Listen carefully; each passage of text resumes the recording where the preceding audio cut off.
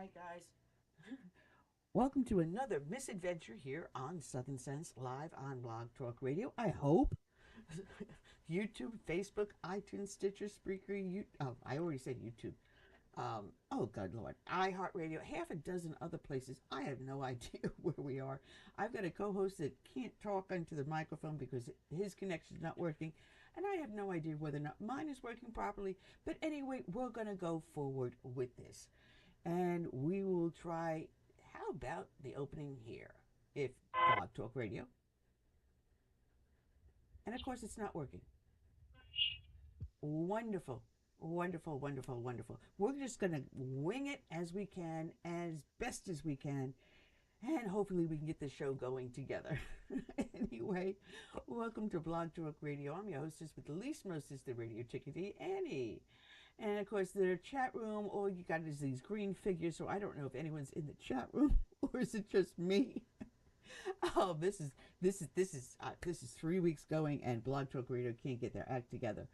Hopefully, is out there up on YouTube and Facebook. You can watch there, and I'm hoping, because I contacted the guy who built my webpage, and it may not be working on my webpage. We're batting 1,000 here. Anything that can go wrong is going wrong. But anyway, welcome to Southern Sense here on Blog Talk Radio. And it looks like possibly, yes, it is up on my webpage. If you go to southernsense.net, you can see me going crazy over here with my Trumpy bear behind me. Anyway, welcome again to Blog Talk Radio, Southern Sense here, as well as on Facebook, iTunes, Amazon Music, iHeartRadio, and half a dozen other places that manage to carry us without a problem at all. And thank you guys, because right now Blog Talk Radio is going to lose my business pretty damn fast.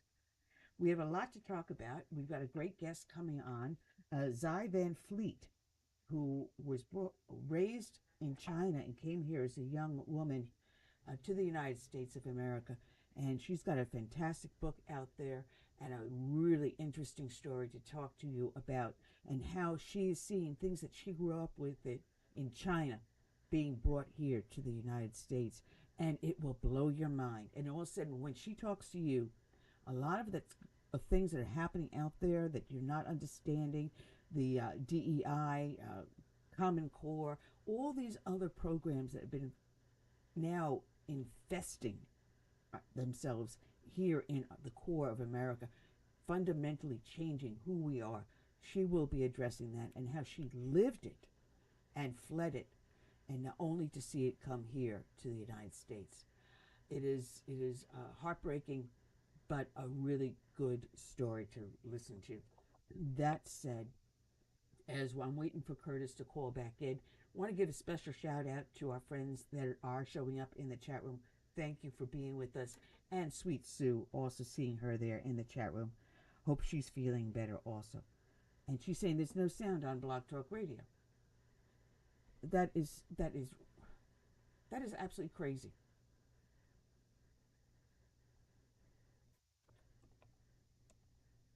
And Blog Talk Radio is not getting any sound. Okay, and we are disconnected. Well,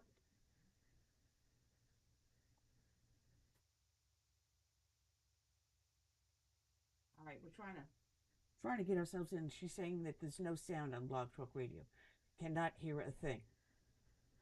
Thank you, Blog Talk Radio, for screwing up a wet dream. All right. I have no idea what is going on here and why all of a sudden we have no sound on Skype.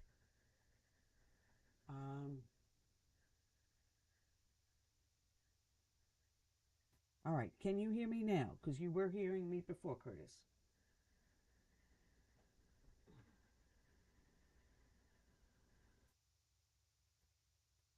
This is really, really, really, really screwed up. If there's no sound, all right, I cannot hear a thing, and this is. Thank you very much, Blog Talk Radio. You can really mess up a wet dream. I can't even hang myself up. I cannot believe this.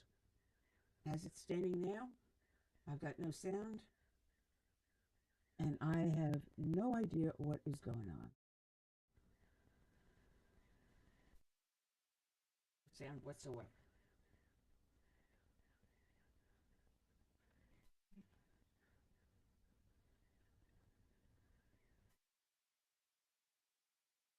Just send a message over to James whether or not he can hear me over on my own webpage, and hopefully he will respond back, but no sound. Okay, I hear nothing.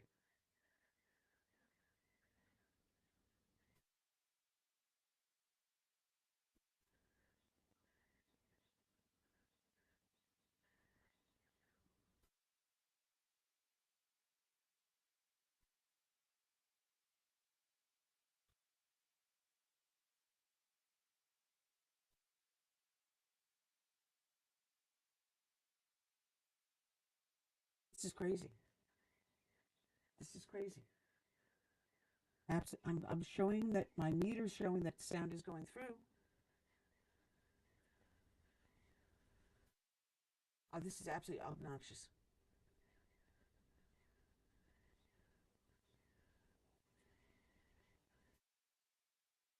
This is, I don't know what's going on, guys. I have no idea what's going on.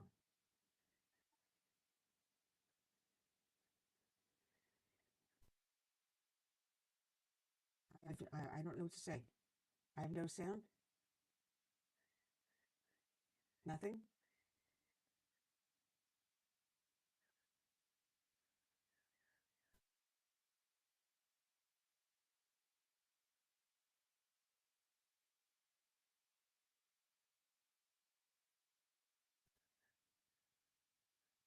I got nothing here.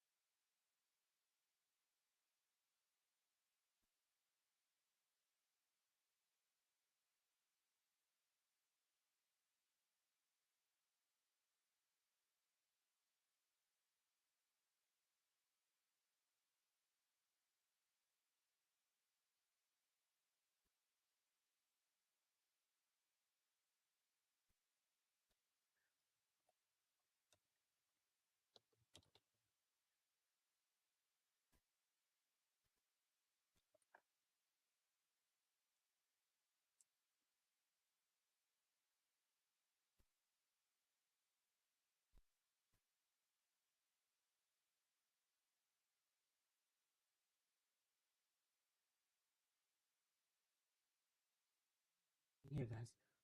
Okay? I have nothing here.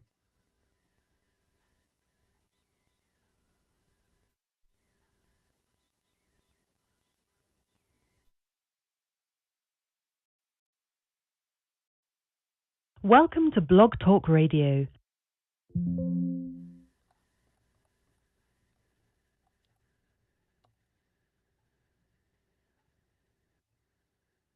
To start your show now, press 1. To hear important instructions, press 2.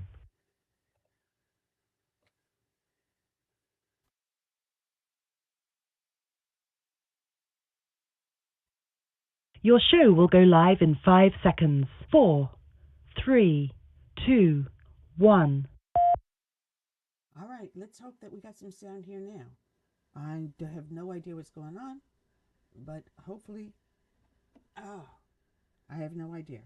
Curtis, if you can, dial back in. Dial back.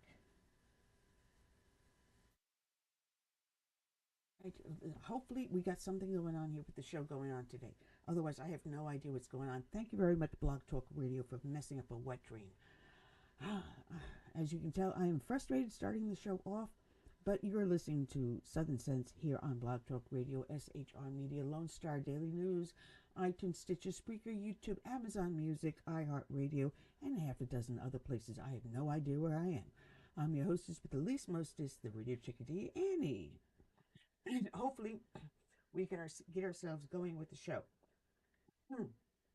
As it stands now, we don't have much of anything here. And I don't know what the heck is going on. So hopefully we can get Curtis to call back in. And let's see if we can even get him. All right, Curtis, I'm dialing you. I'm dialing Curtis to see if my co-host can call back in. Otherwise, we have no show for today. And this is absolutely crazy. Okay. All right, call waiting. All right, Curtis. Hopefully, Curtis, can you hear me? I got you now. Can you hear me? Yeah, I had to dial in. My screen went blank. I know. I got kicked off. I mean, this is crazy. And definitely is all the more reason. And Blog Talk Radio, if you are out there listening, you've got a customer that's been with you for 14 years, you fucked up. And I'm going to say plain and simple. For the last, now, 4 weeks, they have not gotten their act together. And I think it's time that, Curtis, you and I move this over to another platform and forget about Blog Talk Radio from here on in. I was sick over the Christmas holiday, so I didn't get a chance to play around with the new program. I mean, both Omar and I and my mom all came down with whatever the galloping crud was that was rolling around here over the holidays. And even Christmas Day, we spent just trying to heal. So you can tell my voice is still a little bit hoarse from whatever it was. But when you run a platform like this, they should have the best technicians that could have solved this like within 2 to 3 hours. Absolutely, absolutely. And this has been going on for a couple of weeks now. Yeah. And I'm paying a subscription to Blog Talk Radio, and now this is going 4 weeks straight, and we haven't had good service. I want my money back at this point. They owe me for Skype is 1 screwing month. me around too, because Skype, I talked to them on the phone last week because I had to change my card number and all that because there was some potential fraud in my account. So when that happens, I have to get a new card, and then I have to let everybody know. And I discussed it with them, and everything's supposed to be cool. And then when I try to log on to Skype, they telling me I need to pay. I'm like, what? Went through this already. Actually let me on one time. And then after that, it kept throwing up, you have to pay, put minutes on, all that crap. I think they're trying to mess up our show. I don't know if it's Skype or if it's Blog Talk Radio.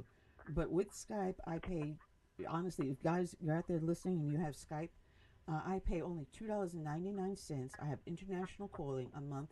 I don't have to add additional minutes. So check out the subscriptions for like $2.99, and that's all I pay. Well, that's what I discussed. That's all I had with them all these years, and I got that put back on last week. And got another spam. Yeah, I don't know. You getting anyway. spam calls.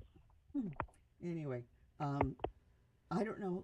I'm going to do my best because Tuesday I'm going for surgery on my hand. So it's going to limit what I can do and can't do on the computers and other things because my hand will be in a cast. And it's my right hand. I'm right-handed. But as soon as I can, I'm going to get this other program up running 100%. And I can turn around to Blog Talk Radio and say, Mafangu. Anyway, that said, my vent for the day. And there will be some editing on the video, like but I'm not editing this part out. Yeah. Well, you think we can get back on or what?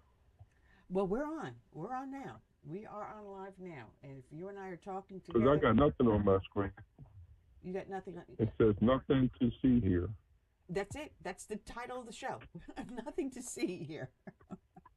But see, I got no names or nothing. No, because they kicked me off. I had to actually completely come out cancel the old show, start a whole brand new one with them today.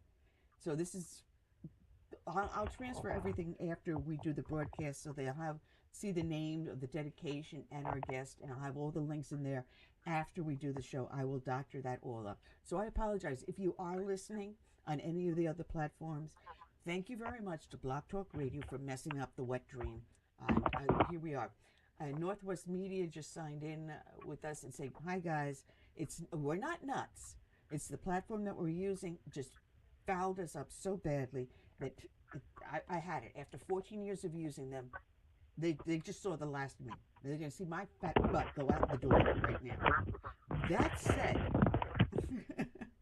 we got a great guest I was trying to introduce earlier. Her name is Zai Van Fleet. She was a native of communist China, growing up under Mao, and what she saw there and how she was able to finally come here to America and embrace everything that is American, and then seeing what our nation is now devolving into. She will tell us about all the things she lived through and that what she sees here in America and how we are slowly turning into what she fled. And this is why we're doing our show like this. This is why we're out there getting our voice out there for 14 years on this platform. And it's going to be, like I said, we're up on iTunes, Stitcher, Spreaker, YouTube, Facebook, iHeartRadio, Amazon Music. We've got the platforms out there. We don't need Block Talk Radio anymore. And we're going out the door. This was the last straw. The last straw. Anyway, you can tell I'm a little upset, can't you, Curtis? Oh yeah. Oh man, they just stepped on the last raw nerve. Anyway, to get back to more serious and important things, those that listen to our show know that we start each and every show with a dedication to a fallen hero. And today's dedication is going out to Patrolman James M. Sides of the Alamogordo Police Department in New Mexico. His end of watch was Monday, August 14th of this year, 2023. And guys, having someone that served in law enforcement, these are stories that people don't hear about. Those men and women out there that are injured, severely injured in the line of duty, and even though they may have been retired on disability, those wounds later on, it may not be a year, it may not be 2 years, it may be down the road, but those injuries will eventually claim their lives. And this is what has happened to Patrolman James M. Sides. His original story starts on April 3rd, 1984, and this is from the Officer Down Memorial page that you can find at odmp.org.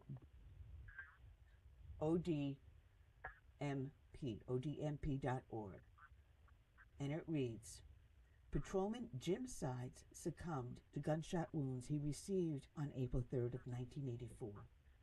At 9:45 a.m. that day, Patrolman Sides and two other officers responded to a trespassing call at 2216 Pecan Drive in Alamogordo. When the officers arrived, the subject exited the house and fired at the officers. Patrolman Sides was struck in the head and broke his leg while falling. Another officer sustained 2 bullet wounds to his chest. The subject fled the house and barricaded himself in the backyard of another residence. When he fired at responding officers, they returned fire, killing the subject. The subject was a parolee who had been convicted of aggravated battery of a police officer. Patrolman Sides was transported to Las Cruces Memorial Hospital, where he underwent a 7-hour surgery to remove a bullet from his temple. Due to his injuries, he was retired in October 1984. His death on August 14, 2023, was attributed to the brain injury he received when he was shot. Patrolman Sides had served with the Alamogordo Police Department, Alamogordo Department of Public Safety, now named the Alamogordo Police Department, for 3 years, and previously served with the New Mexico State Police for 5 years. and the Hidalgo County Sheriff's Office for 1 year. He is survived by his wife and 2 children. But that's not the whole story. There wasn't a lot on the internet to find about Officer Sides. But I came across his obituary, and his obituary reads and tells you more of the story. Jim Sides, passed away on August 14th, 2023, as a result of injuries he sustained in the line of duty on April 3rd of 1984, 39 years before. He was born on March 14th, 1955, to Ray and Betty Sides of Holloman Air Force Base. Jim was a graduate of the Alamogordo High School, where he met his wife Becky. They married in 1974. He enlisted in the New Mexico State Police Academy in 1975 and was stationed in Lordsburg, New Mexico. Jim dutifully served in the New Mexico State Penitentiary prison riots in 1980. And if you remember, if you lived that back then, that was one hellacious riot. After the riots, Jim decided on a change of pace and joined the Hidalgo County Sheriff's Office. But longing for home, Jim and Becky returned to Alamogordo in 1981, where he joined the Alamogordo Department of Public Safety. He served the community faithfully until his injury sustained in an officer-involved shooting in April 1984. In his early retirement, Jim loved to visit with his fellow officers, often meeting them at the local coffee shop. Later in his retirement, as he found himself more homebound, he found a love of movies and enjoyed himself immensely. Jim is survived by his wife, Becky Sides, of the family home in Alamogordo, his daughter, Jamie Prather, and her husband, Josh, of Alamogordo, and their son, Joshua Sides, also of Alamogordo. He's survived by his 4 grandchildren, Megan, Noah, Brandon, and Grayson. A memorial service was held at a scenic chapel. The family asked in lieu of flowers that donations may be to the Otero County Law Enforcement Appreciation. The Sides family has entrusted their loved ones to the care of the Alamogordo Funeral Home. So today's show is dedicated to Officer James Sides, and is also dedicated to all the brave men and women out there that serve as first responders, be they law enforcement, firefighters, or emergency services. It is also dedicated to all the brave men and women that serve in our military, from the birth of this nation through today and into our hopeful future. We dedicate to them this song by our friend James Piccarello, Save America. May God bless each and every one. As we're waiting for the computer to pull the song up.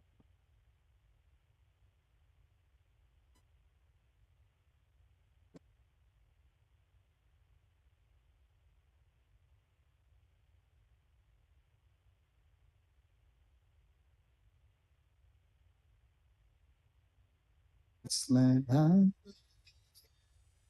America, America, the home of the free. But there are people making plans to change America. They've no respect for her or what matters most to you. That's why I stand for the flag and I kneel across for the friends I have loved and lost. I ask you, God, we trust all fathers granted us. I hope it's not too late to save America.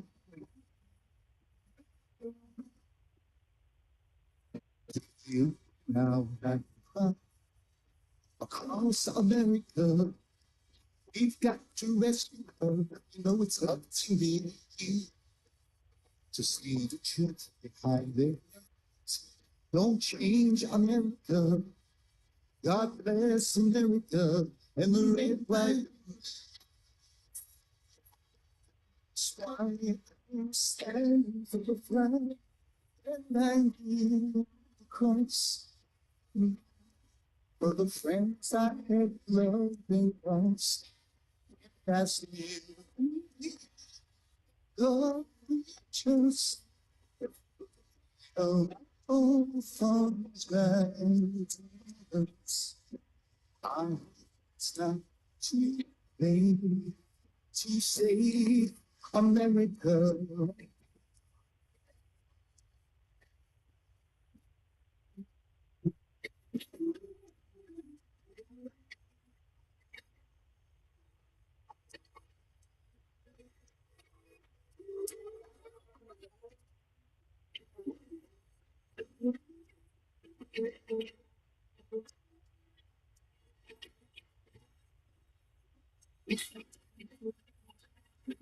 Swine stand for everything across. For the friends we have loved and lost, and we still God, we just the freedom of standing us. We know it's not too late to save America. Save America. Let's save America. Together we can save America.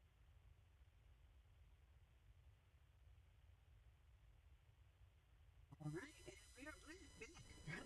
You're listening to Blog Talk Radio. Good Lord, I just messed that all up. Let me start back again. Welcome back to Southern Sense, live on Blog Talk Radio, SHR Media, Lone Star Daily News, iTunes, Stitcher, Spreaker, YouTube, iHeartRadio, Amazon Music, and half a dozen other places. I have no idea where we are or what I am doing today.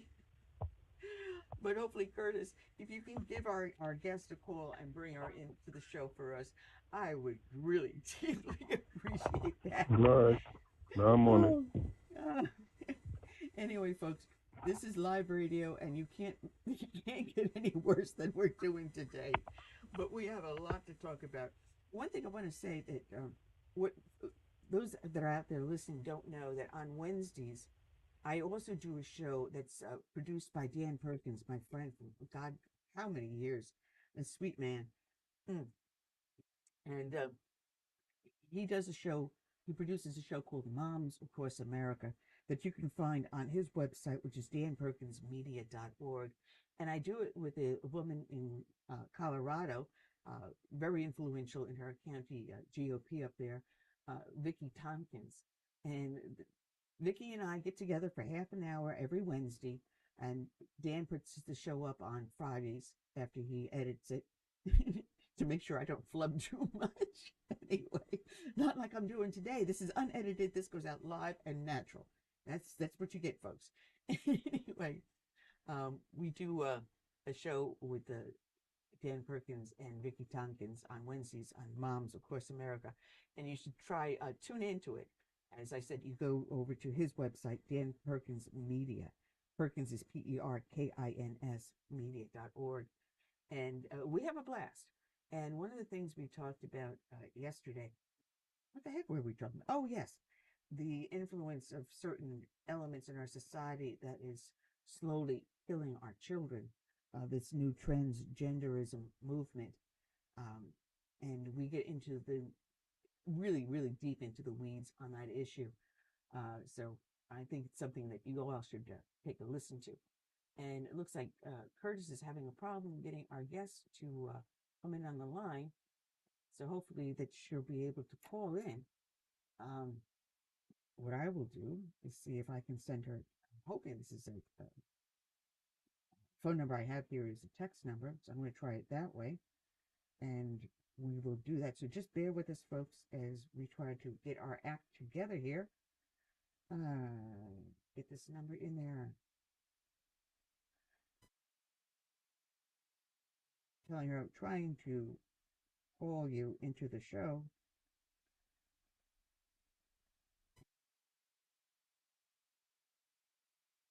Telling her to call our call-in line, which is 1917. This is our phone number to the show for now.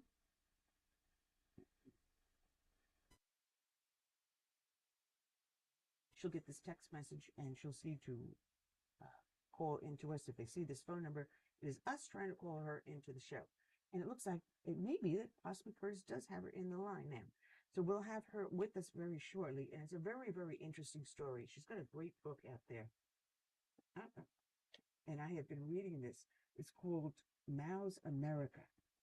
And Mao's America, A Survivor's Warning, that she talks about. And it looks like we do have her in on the phone finally. I want to welcome, and if I don't pronounce your first name correctly, just slap me across the face and call me any name you want. But I do believe, if I say it correctly, it's Zai Van Fleet. Did I get that correct? No, it's a she, just like my pronoun, SHE, just like the female pronoun. Okay. I know, it's got a lot of people. Yeah, no problem. Well, I'm glad I'm talking to a real she, not a he. Pun intended. Exactly. That's my God-given pronoun. Yes. A matter of fact, I was saying that I do a show that's produced by someone else on Wednesdays with a woman out of Colorado. And our subject was transgenderism, especially with our youth. And I came across a list that the National Education Association put out on proper pronouns. And I mean, this is what they're teaching 4 and 5-year-olds, that, you have to be careful. Yeah. You can't say she, he, or they. It's got to be z, them, zir, zers, their self. This is, I'm sorry. Yeah. Just you and when you mastered their new, you mastered their new pronouns, they come up with something else. And that's the goal. The goal is to control you and absolutely confuse the kids. And of course, the ultimate goal is to control us. Absolutely. Now, I gotta admit, I've read your book, and I only printed out the notes on the first half. I want people to buy your book so they can see how you end it. But it's called Mao's America. Thank you. And they can find it up on Amazon. And I have to apologize. Our show started off, and the platform that we're using just fouled me up so badly that the description had a link. It will go back up as soon as I come off air. I will put it back up on the show. So when people listen in the archives, they can go directly, click on the link to your book, go straight over to Amazon and download it and get it right there. And thank you so much. That would be great. Yes, thank you. I do that to all my authors. Trust me. And I printed this out. I actually condensed it down to 80% of what the original type was, and I still have 15 pages of notes, front and back, in my hand from reading your book. Oh. And it's something that I've been saying for a long time, that we are in a battle to retain what makes us uniquely American. And never in world's history has there been a nation created and born on the fact that we have no, what we would call a natural heritage or an ethnic origin. We are, when you and I were growing up, it was called a melting pot. And somewhere in the late 60s, early 70s, they started to talk about multiculturalism. And as a kid growing up in America, and I'm hearing multiculturalism, but yet they drilled into our brains that we are a melting pot. People come here to assimilate into what makes us uniquely American, which means that we have no background, not like the dynasties in China or the monarchies in Europe. We don't have where we go back and say we're uniquely German or Italian or English or Chinese or Mongolian or whatever. We come here to America because there's one thing we all believe in, and that's freedom. Freedom to choose our life, where we go, who we become, and what we do. We get to choose for ourselves who our government officials are. And yet we control how much they can tell us what to do. And we basically tell them what they need to do and where they can go. They ought to do, yes. Yeah, and we can tell them where to go, too, if you get the hint I'm hinting at. Yeah, exactly. Yeah. Slowly and surely, so that is what you talk about is really, really important. And that's what I believed in. When I came to this country, I wanted to be American. And it took me quite a while to figure out how to become American and what it means to become American. And that is basically the process of assimilation and the melting pot. And I remember in the 90s, I came here in 1986, and I still heard melting pot. And I want to be in the melting pot, be just like Americans too, because that is the reason I come here. I love this country. And then we heard salad bar. America is not. I apologize. Melting pot. Oh. I thought I turned the phone off. I apologize. Go ahead. Sorry about that. Okay, yeah. I think people probably remember. And then they told us the American is not a melting pot, it's a salad ball. You keep your identity, but we're together. Okay, sounds kind of okay. And then we're told multiculturalism, that every culture is the same, that American culture is just one of them and nothing special. And now we're told America is built on slavery and it's systemically racist, and what we need to do is dismantle it, burn it to the ground, and build something new. That's how this progress into teaching the kids, teaching Americans to hate America. That's where we're today. So as you said, it's a battle. Really, it's a war. And we fight this war for really the survival of America. It's funny because kids today don't even know the Declaration of Independence or the Constitution, much less the basis for it, which was English common law that was codified by King Harold. And in English common law, it allowed us the ability of self-defense. It gave us the right to own property, and the government could not take that property away from us. It gave us the right to protect our lives and our freedoms in English common law, which then led to the Magna Carta when English common law was violated by the monarchy, which then the Englishmen overthrew the monarchy. Then when the monarchy became again too oppressive, we came here to form a new nation built upon the ideals originally codified in English common law. But it can go all the way back to ancient Greece and their republic, which failed because people failed to protect their liberties and freedoms. And here we are. Here we are going into our 250th anniversary soon. And we are seeing our freedoms and our rights being eroded. And unless we wake up, America as we knew it will no longer exist. And God bless you for writing this book, because you point out everything you lived through and that you saw going on when China became communist, especially under Mao. How your liberties and freedoms, what you thought and you took for granted, suddenly are gone. But what they're doing to us here now is they're taking little bit by piece by piece by piece until one day we don't notice that we are the frog in that boiling pot of water. And there's no place to escape anymore. That's exactly what has been happening. And I have witnessed the whole process. And I did say that in my book, and I find that unique for me to experience one of the two very, very, very important events in human history. One is Mao's Cultural Revolution. That was in the 60s and 70s. It started in 1966 and ended in 1976 when Mao died. And I survived it. And then I made my way to America to embrace freedom. And I also absolutely experienced the process that I can witness. I can absolutely see how America has been absolutely turned into a Marxist state, that our institutions are all fallen.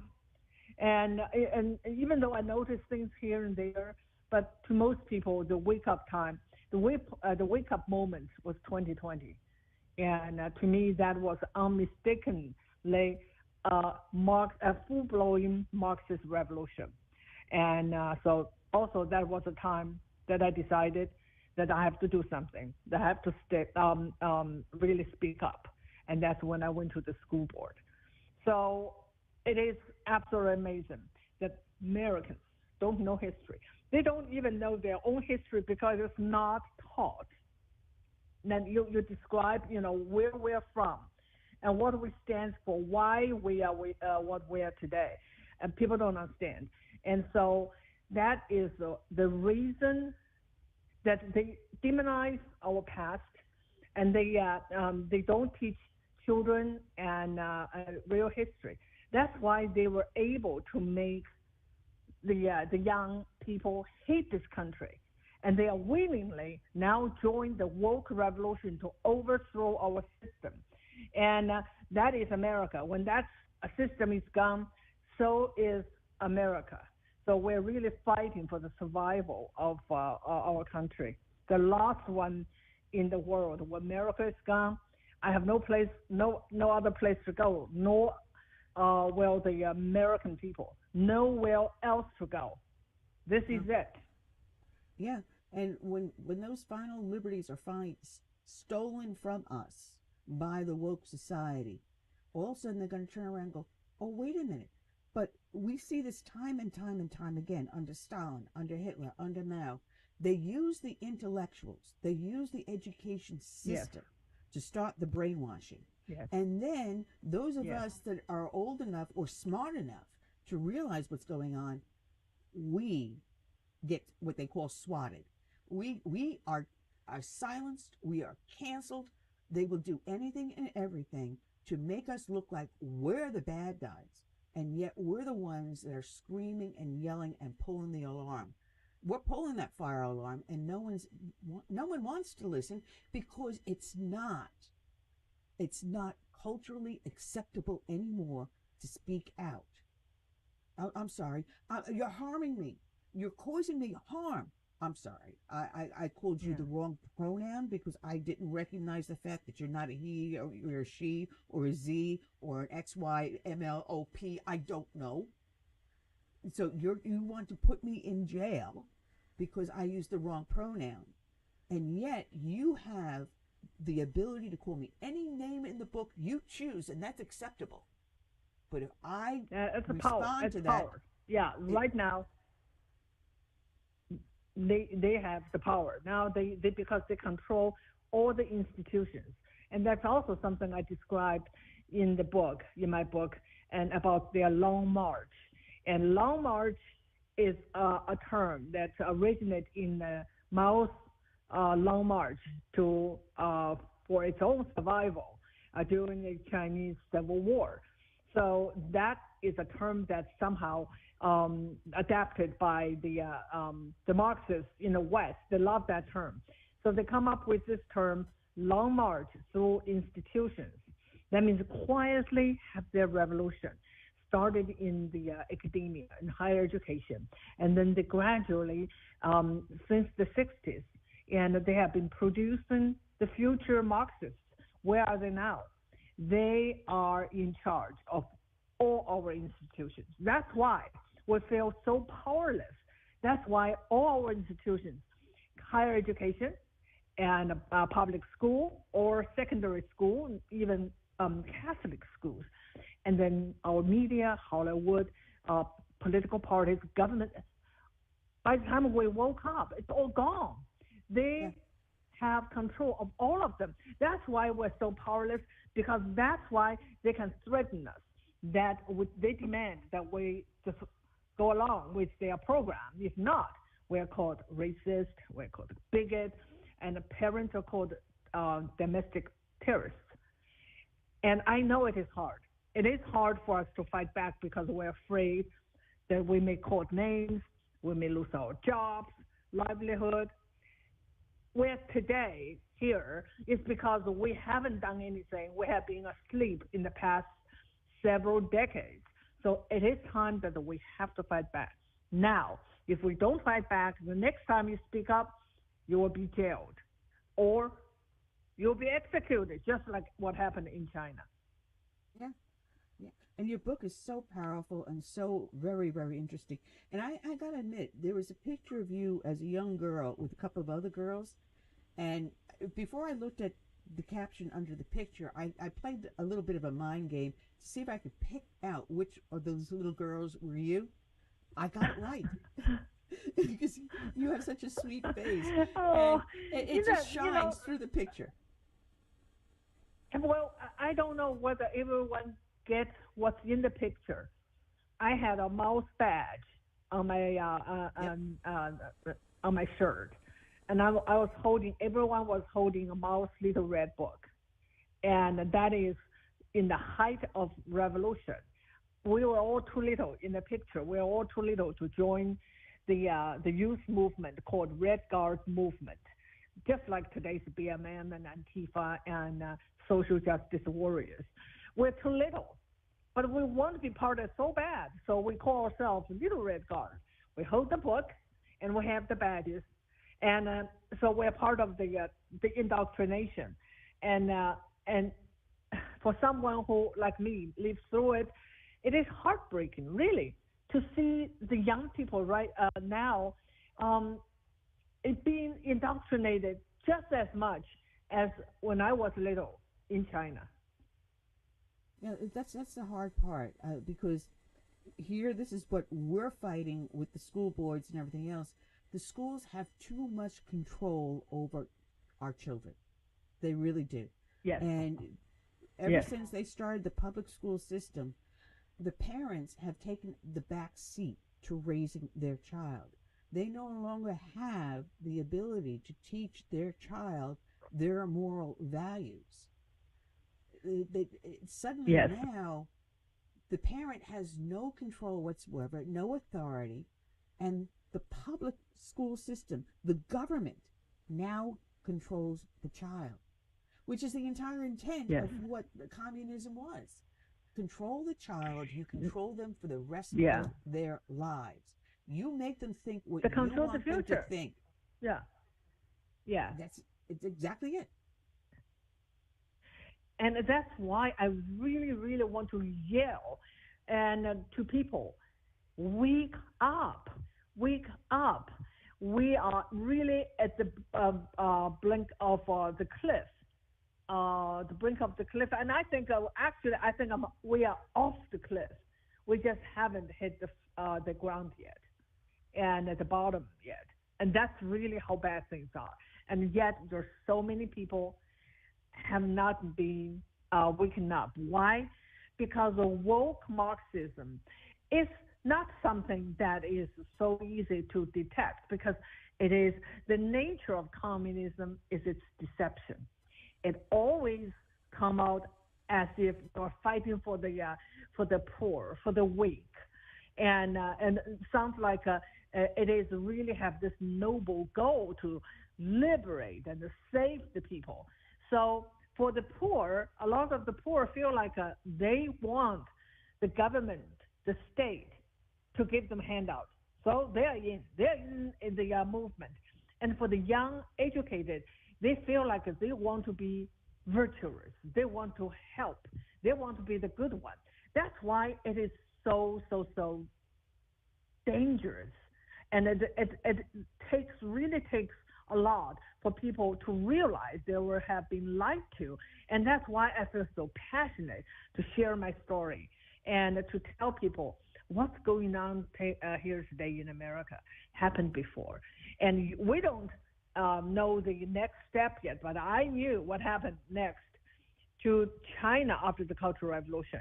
And we have to know so that we avoid having the same result, which is death of millions and destruction of the civilization and destruction of the culture and destruction of family and, of course, the economy. So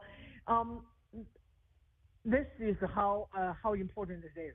We are fighting for our, not just the survival of a republic, also for the future of our children. Go ahead, Curtis. Hey, this is Mr. Coker. I was wondering if you had ever visited Hong Kong or Taiwan, and what are their feelings towards mainland China?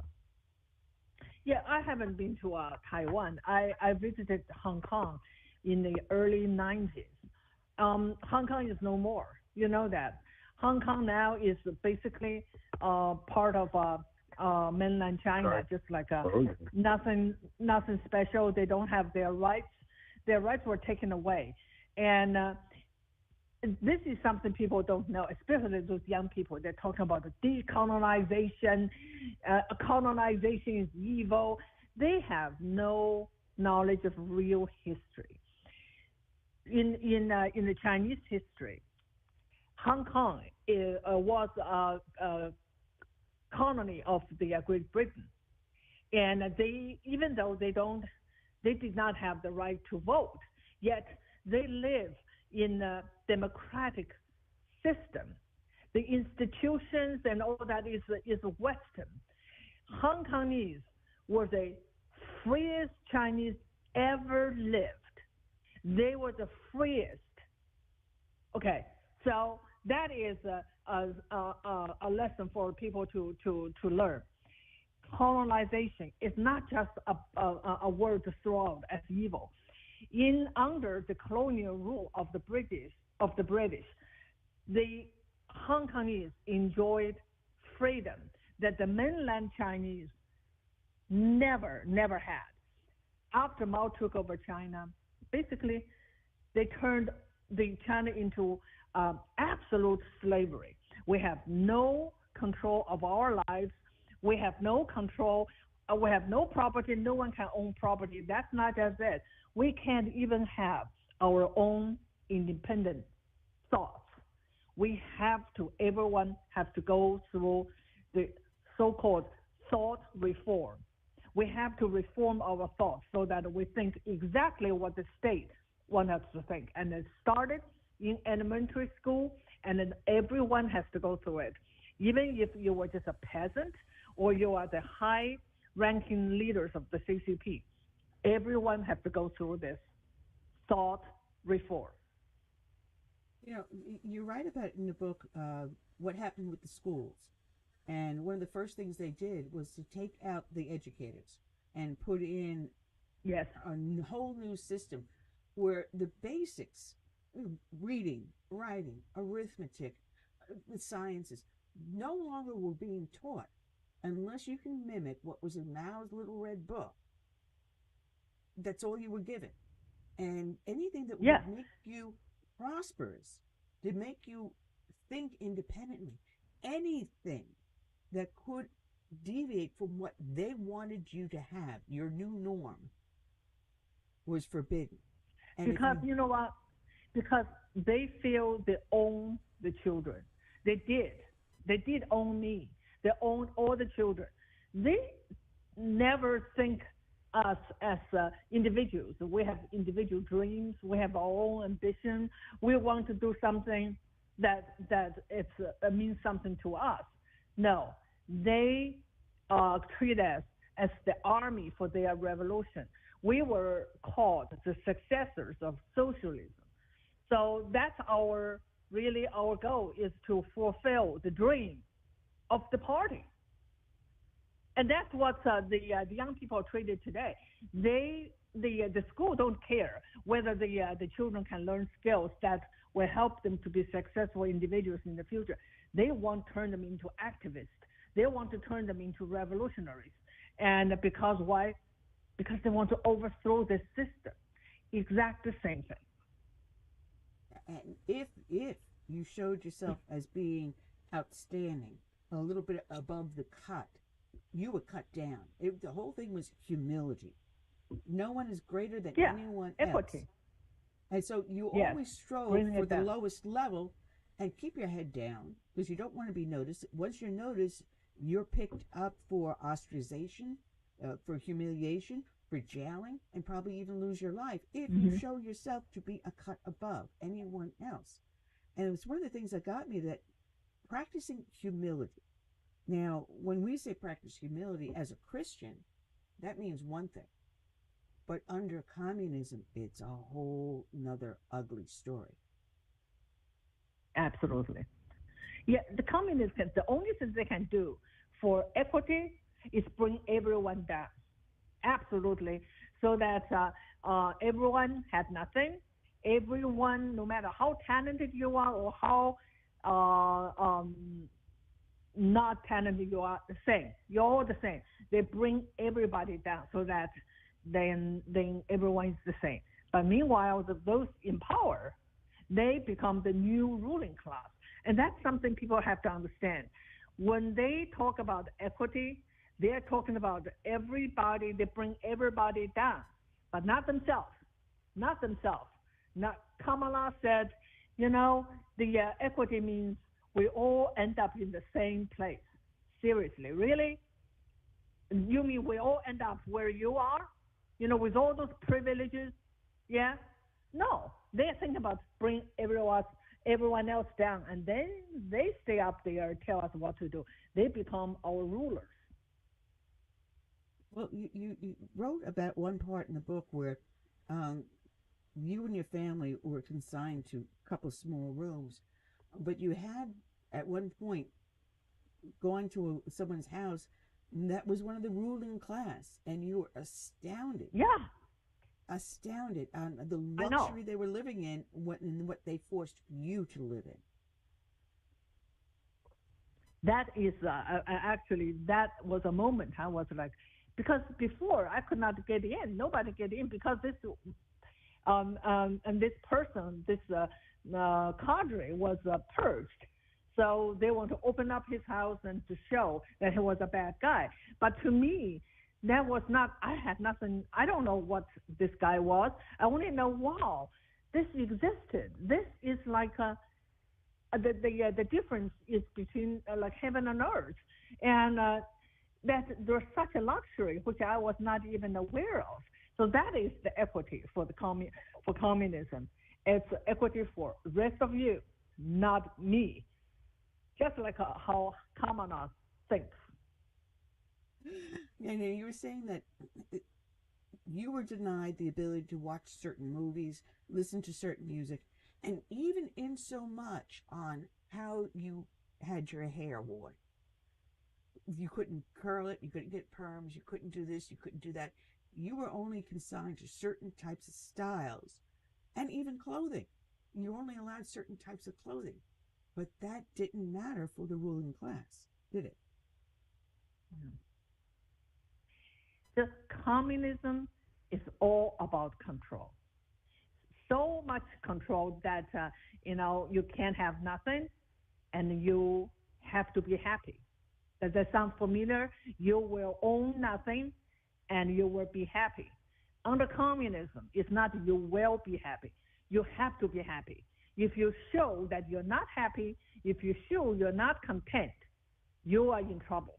You are considered that counter-revolutionary. You will be punished.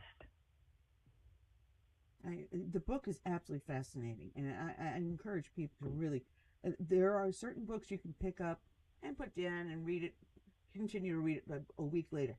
Not your book, because you go through all the stages of what you face. And even in so much as coming here to the United States, where everyone's saying, "Oh, they're racist, this and that, and everything else. You're gonna be miserable. You're gonna hate it." You, even though you did at certain points in time face some derogatory treatment, you didn't find that to be the overall story here in the United States. We're not. Are we really that racist a country? Yeah, that is the people that people who come from another world. They have a reference point. They can compare here with where they come from. It is the people who never left the country who think that America should be a perfect utopia. Then they start to look at everything and find out the imperfection and condemn it, and then they say, this system is so bad. The white people are so racist. This needs to be all dismantled and take down. We destroy the system, and we're going to condemn whiteness. That's how Marxism thinks. And so what we're going through is really a Marxist revolution. I find it in all aspects of our society, because they've even taken over businesses. They now have businesses that think woke. Target is a perfect example. I actually cut up my Target credit card. But there is an underlying fabric in these United States that gives me hope. And I hope maybe that you see it too. Maybe the pandemic brought it to light. Maybe the incident with George Floyd brought it to light. But there is still, in the heart of America, the want for freedom, for our liberties, for our founding principles. And I do give you hope, because here in South Carolina, where I'm living now, they passed in our constitutional law that now our founding documents taught not just on the upper education in colleges and universities, but now in our public schools. They must be taught. It's not they shall be, but they must be taught. So there is a fabric. There's 14 solid red states that still believe in these freedoms and still fighting for them, and fighting for our country to survive. So maybe I think maybe we can give you some hope there. Absolutely, especially after my speech, and I have been invited to speak to so many people in different places all over the country, and I saw ordinary people.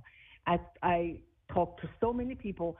They were just like me, and they were never politically involved before, but 2020 woke them up, and they started to take part and get involved in the political process, and now they become activists. We need every conservative, not just worry at home and stay on the couch. We have to get really involved and participate, and that's how we save the country. Yeah, but we have to do it one step at a time. Go ahead, Curtis. Historically speaking, when we look at communist China and their people that lived under that regime, were they better off under the imperial system, say like the last emperor of China, Hu Yi, or there's no difference? Yeah, and I probably not imperial system. China was a republic before the CCP took over it, and so there is a nationalist government, and then there is a communist. And then they have been fighting since the 1920s, and communists won. Okay, so we have to compare: are people better off under communism or under nationalists? The nationalist government today, they're today in Taiwan. They were defeated, and they fled China, and then got settled in Taiwan.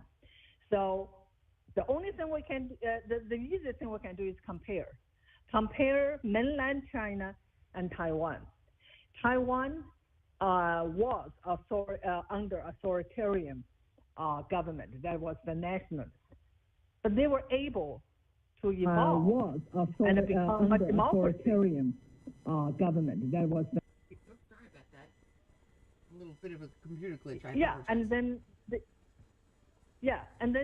they were able to evolve into a democracy that will never happen under communism. So America and the Chinese not only worse off, they were enslaved by the CCP.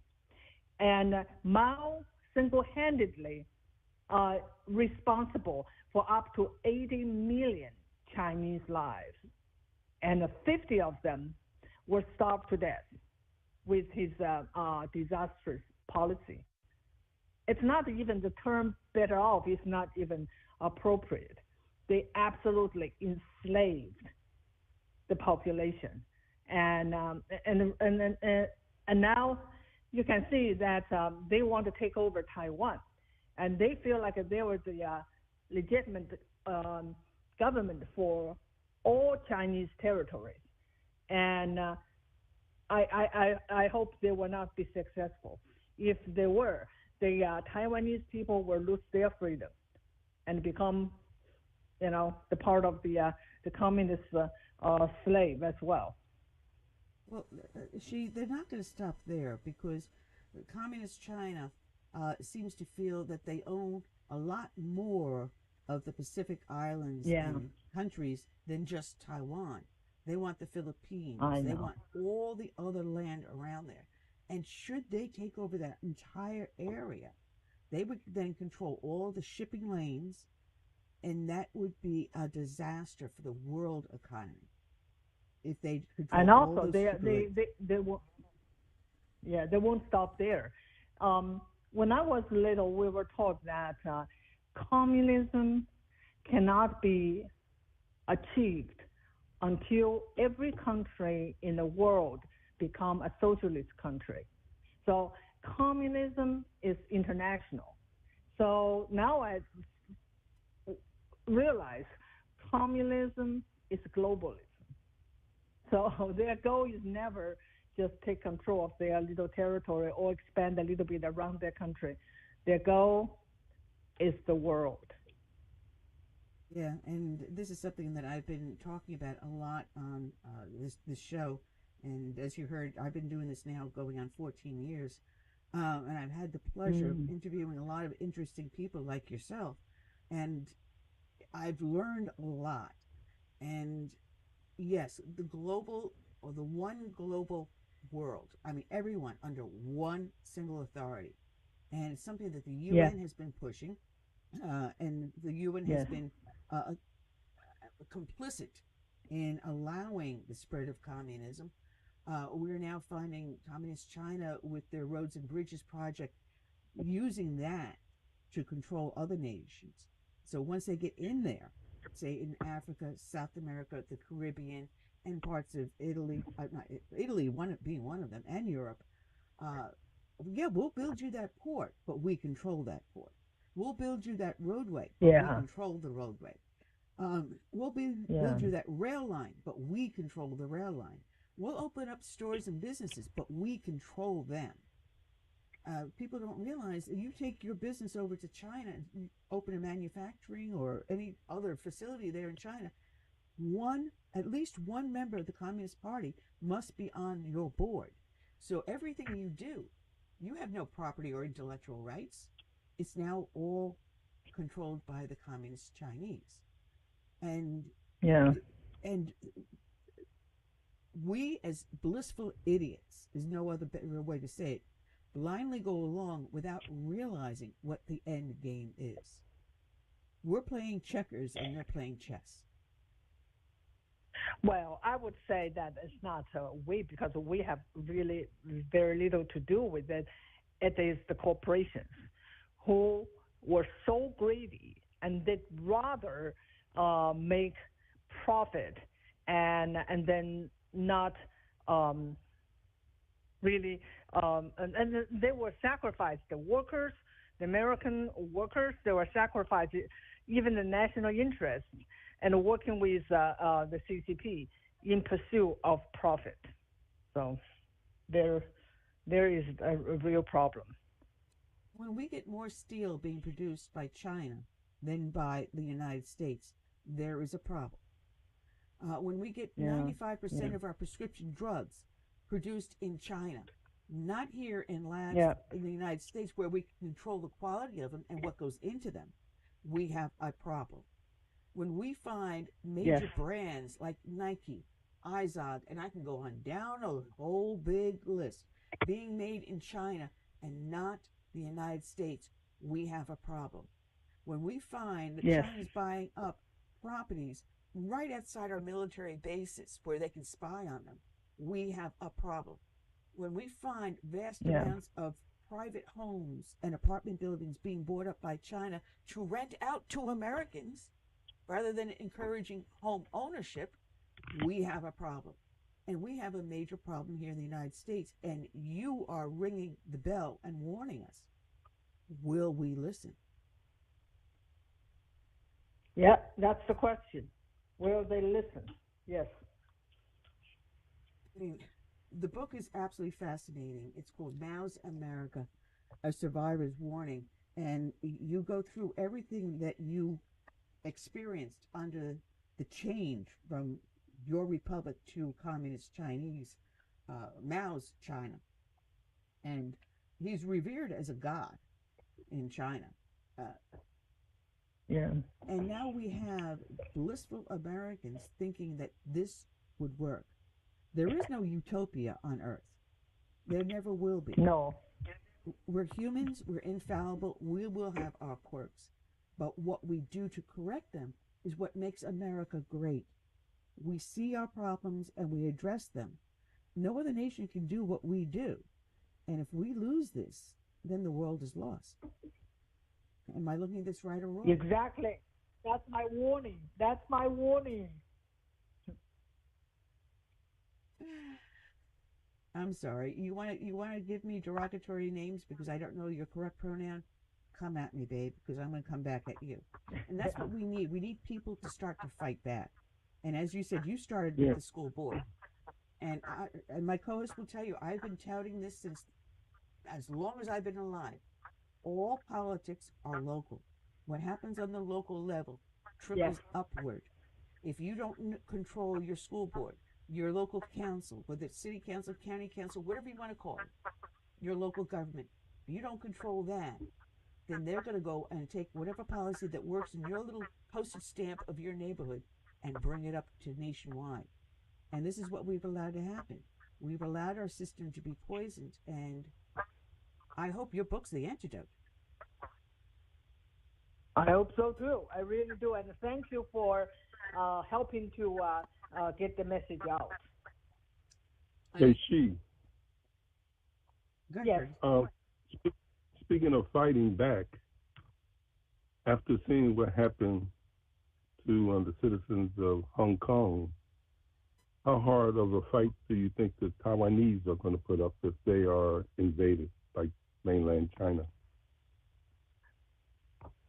To me, right now, you really, it is very difficult to fight back because, and China now is totally in control of that little city-state used to be. The problem is once it's you lost it, and it's very hard to get it back. That's why I'm warning everybody here. Once we lose this republic, it will be very, very difficult to get it back. You know, in your book, one of the paragraphs I highlighted, you said one of the most important things to understand is that while Mao's intention was to create chaos among the people, which would provide him with a rich environment in which to build a new world order, exactly according to his own design. That very same chaos became a monster that eventually destroyed everything in its path, including the CCP itself. CCP being the Chinese Communist Party. So it is basically a snake that eats its own tail. And that's exactly what they reset the Great Reset is exactly the same thing. Burn it down and build back according to their image. And the image we now know, everybody knows a little more and more. That is already described to us by the World Economic Forum. You're going to have nothing, you're going to be happy, and you're going to leave the 15-minute city, and we will control every aspect of your life. And that's what Mao did, and that's what's going to happen if we don't stop it. You know, here in the United States, a person could be born to the lowest station in life, be piss poor, and yet find themselves a multimillionaire at a young age. You have people that do this in the entertainment industry all the time. You have entrepreneurs like Vivek Ramaswamy, who came from nothing and made himself a multimillionaire or billionaire, whatever you want to call him. You have the Donald Trumps out there. We can come from the most humblest of origins and become a rock star. No other nation allows that opportunity to happen. And when that starts to be taken away, and when under communist China, you're told where you're going to work and what your profession is going to be, if you have a profession. Otherwise, you'll probably be just laying bricks for the rest of your life. When you have someone control every aspect of your life. And that's why they're pushing the DEI. Yeah, they don't want to meritocracy. Meritocracy is exactly what we believe in, the equality of opportunity, right? And then you pursue it because everyone has the same natural rights. You pursue your dream defined by yourself, and then you compete with your talent, hard work, and there's no guarantee because life has no guarantee. You may do all the right thing and not succeed. You have the freedom to fail and start it over. They don't want that.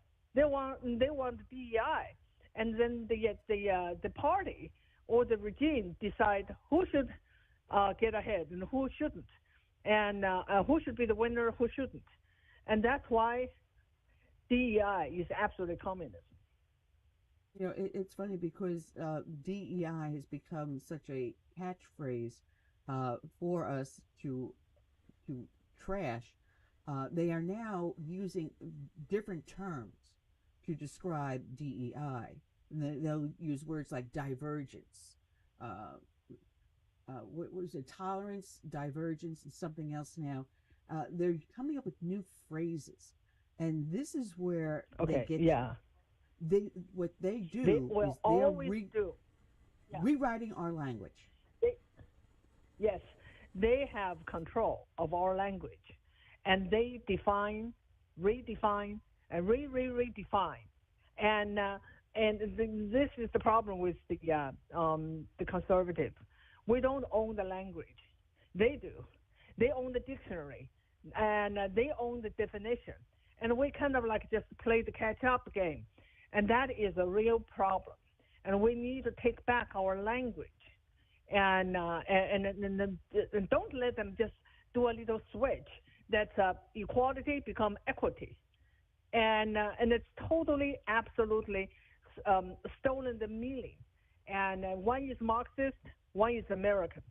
So we have to defend. We have to defend so many things because they absolutely stolen so many things. We have to defend the language. Yeah, one of the other things you wrote is in the 21st century America, the red guards of our place and time are alive and they're multiplying. America's version of China's red guards is a combination of radical activists, BLM and Antifa. They're on the college campuses and increasingly in high schools, city streets, workplaces, and every corner of American landscape. These groups are nothing new in America. They've been around for decades under different colors and banners, creating chaos and causing destruction in the name of one cause or another. The more passionate they are, the more they bend or totally break the rules, all in the name of social progress and justice. Wow. And this is something I have to say that as a kid in school, when they brought in health education, as a young kid, I kind of like saw something that irked me about it. And as a young child, I remember going home to my parents telling them about this new thing, health education. And I said, Mom, I don't know. This seems like it's opening the door to something much more down the road. I said, it's going to be health education, then they're going to call it sex education. And then they're going to call it something else down the road. And sure enough, within 5 years, they started to call it sex education. And what do we have now? Teaching our kindergarten kids transgenderism. And it's funny, as a child, I could see this. And they had these multicultural days where people come in and say, all right, fine, I'm from Mexico background, I'm from Italian, I'm from German, I'm from this, I'm from that. And they'd bring in foods, and they'd have a multicultural day. And it kind of irked me also. Where's the day for Americans? And I was told, oh, that's the 4th of July. No. But as a child, I saw this happening. And as I grow up as an adult, it is so much more pervasive in our society.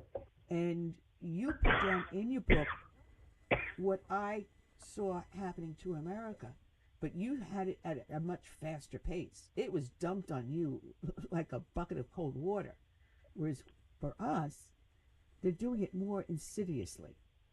It's seeping into our culture in different places, and we're being taught you got to think socially correct. And that's where the problem lies. Yes. It's all about control, how you think, and then control your speech first, and then control how you think. And we have to, as I said many times to people, if you feel now you're scared, if you don't speak up, you should be prepared that you're going to be scared for the rest of your life, and your children and your children's children will always live in fear if we don't fight back. You have now people that are triggered because they felt that your speech to them, however you address them, and it could be something completely innocent, triggers them emotionally, and now they're wounded. Oh, I'm sorry. I am now disabled because you triggered me. Grow up, get a thick skin, and act like an adult. But that's not what they want. They want someone to make you feel like you did something wrong, even though you did nothing wrong. You just exercised your natural rights, but you did something wrong. You triggered them. How dare you? But that's the thought police that we're facing today, isn't it? Yes. Well, I gotta say, I am proud to say that my show has been taken down off of YouTube so many times because I triggered them. I've had to use several different ways. It's a badge of courage. It is. It is my red badge of courage. And I have to honestly say also that I've had it where I've had various individuals talking about what's going on with China and their invasion of our economy and our society. That I've been in the middle of a broadcast and found my broadcast taken down suddenly. So I think the problem we had with starting the show is that I had you in the title of the show. So I also had China in the title of the show. So I think that's where our problem started today. They got me in the hairs. I'll tell you that. So it's a badge of courage you and I wear. Yes. I gotta laugh because if I don't, I'll be crying. But I gotta tell you that once we're done with this broadcast, I'm gonna redo the title, put the description in, so people can click on the description in there and go straight to your book.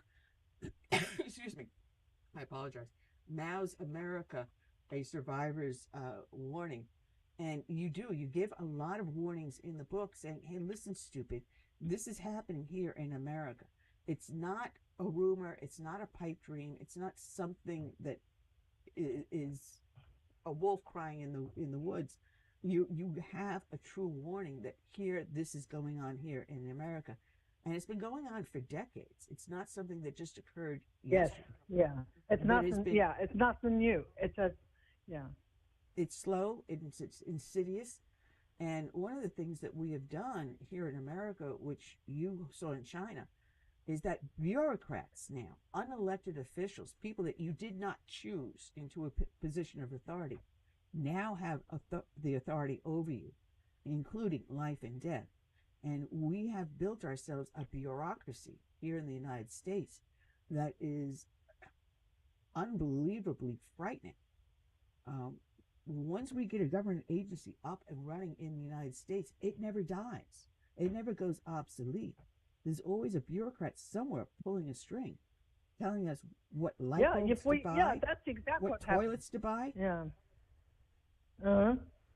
And we give them a little bit of authority to take more, until one day we feel like we can't make any decisions.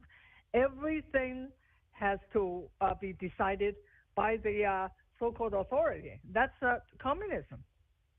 Yeah. And they do it now with Obamacare. They control our health decisions because now you have to get everything approved through Obamacare. You've got doctors that you used to sit down with in the past, and you can sit down with the doctor for a full half hour or more and talk to them. So they got to know you personally, and you got to know them personally, and they knew when you were hurting because they could tell by just the look on your face. But instead, you've got a bureaucrat that's saying, well, this treatment's approved, that one's not. That medication's approved, that one's not. And we have allowed this to rule our society, even down to what type of cars we can now buy. Well, I just heard that in California, you need a license to hike. A license to go hiking. To be able to walk outside in God-given beauty and nature, you need to get a license to hike. That's frightening. Yeah, that is absolutely. So I say, if you want to see what's coming, look at China, and then look at California, and you know that's coming to your state. And because China, they have all this social credit system, and every move is controlled the government. The government can turn everything off, so you can't even function. You can't even survive in the society. And so you're right about that. Well, California.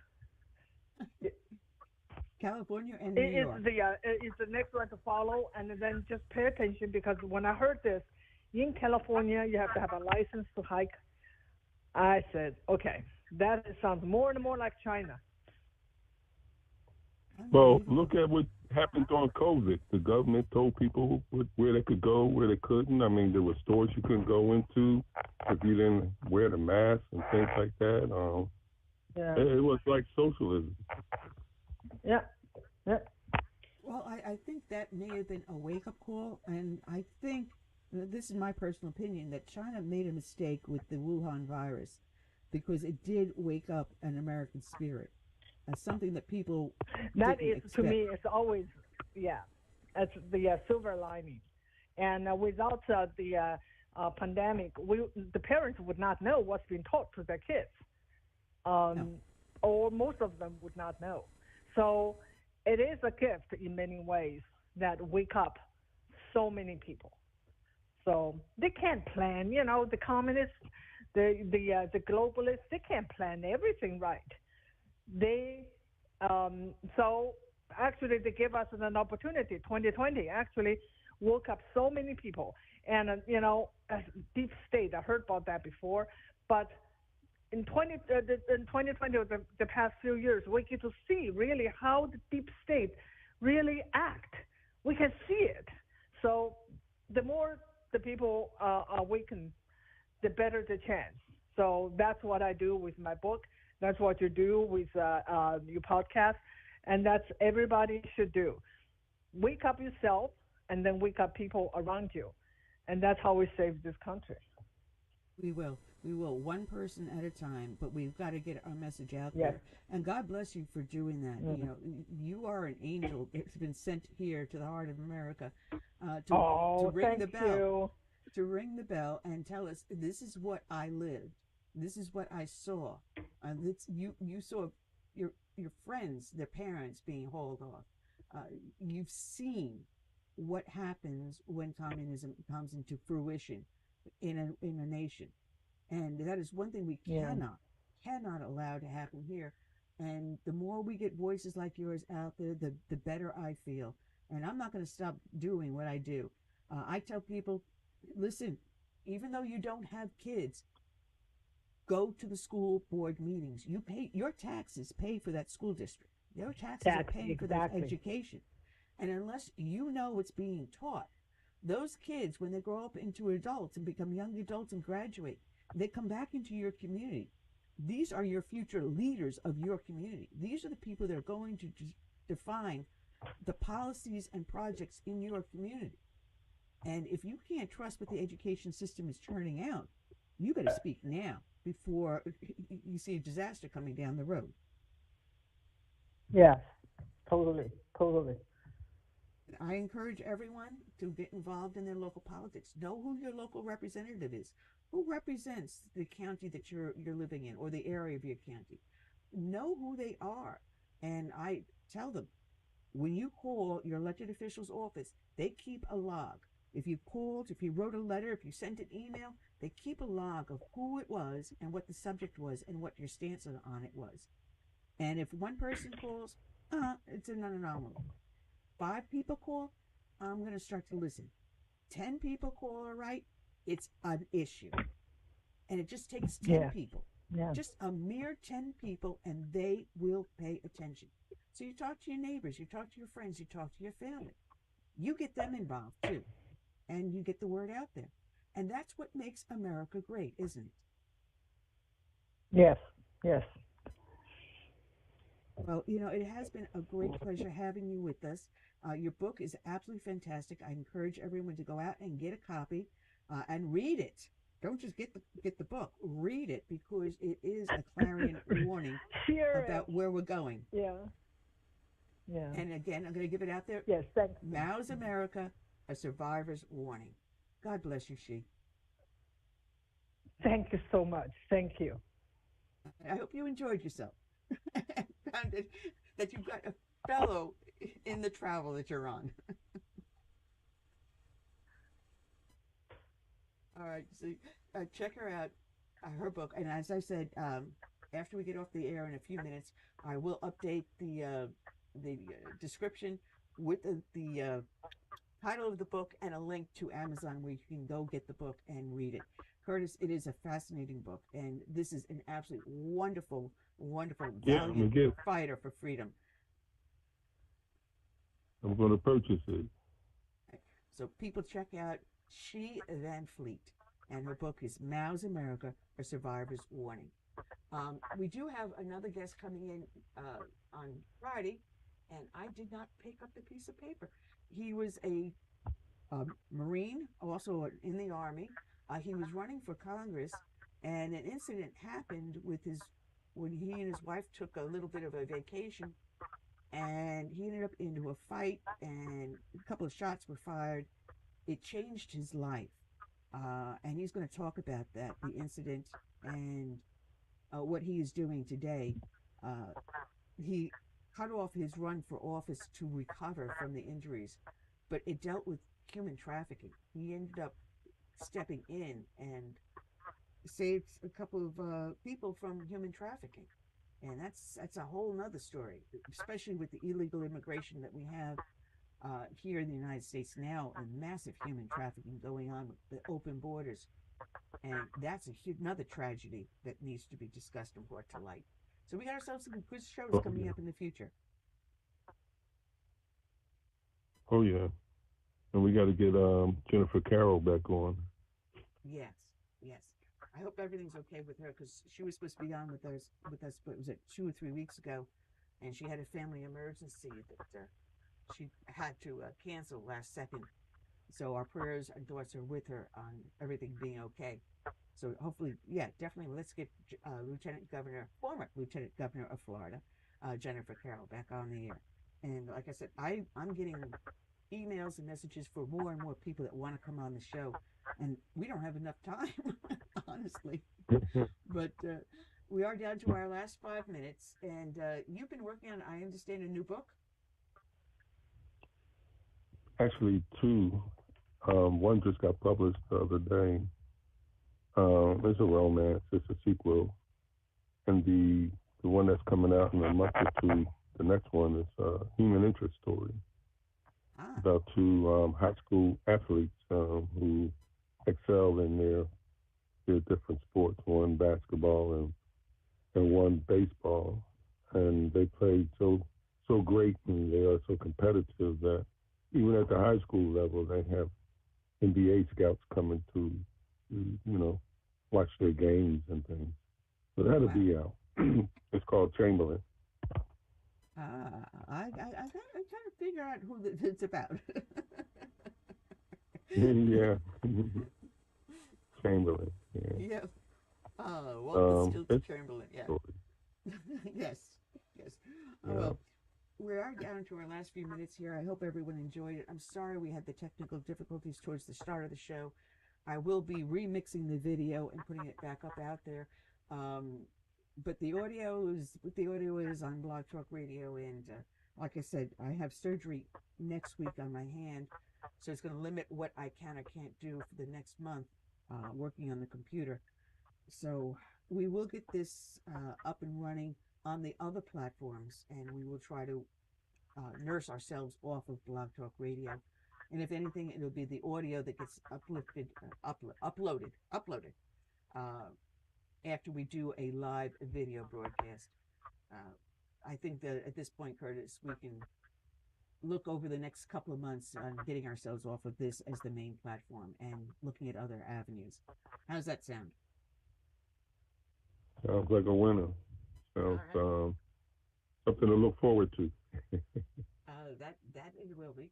Now, if I can get myself to get the sound back up here, and oh, good Lord, here we go. Let's try this. Come on, computer's not going to cooperate. Holy cow!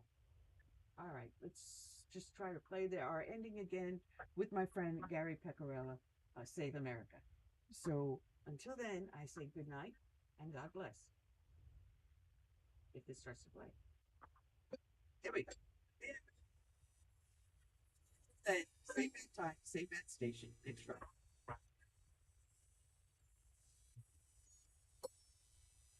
I'm praying for this land I love, America, America, the home of the free. But there are people praying for this to change America. They've no respect for her or what matters most to you. That's why I stand for the flag and I kneel the cross. For the friends I have loved and lost, I ask you, God we trust. All Father's granted us. I hope it's not too late to save America. 90 seconds. You now back across America. We've got to rescue her. You know it's up to me, you, to see the truth behind their words. Don't change America. God bless America and the red, white, 60 seconds. and I kneel the cross. For the friends I have loved and lost, ask me, God we trust. Oh, Father's guidance. I start to late to save America.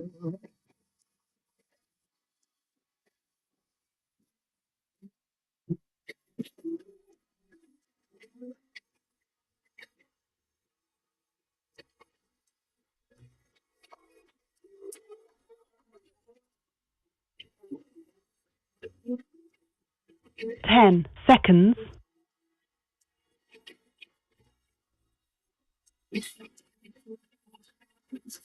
Trying to stand through everything across.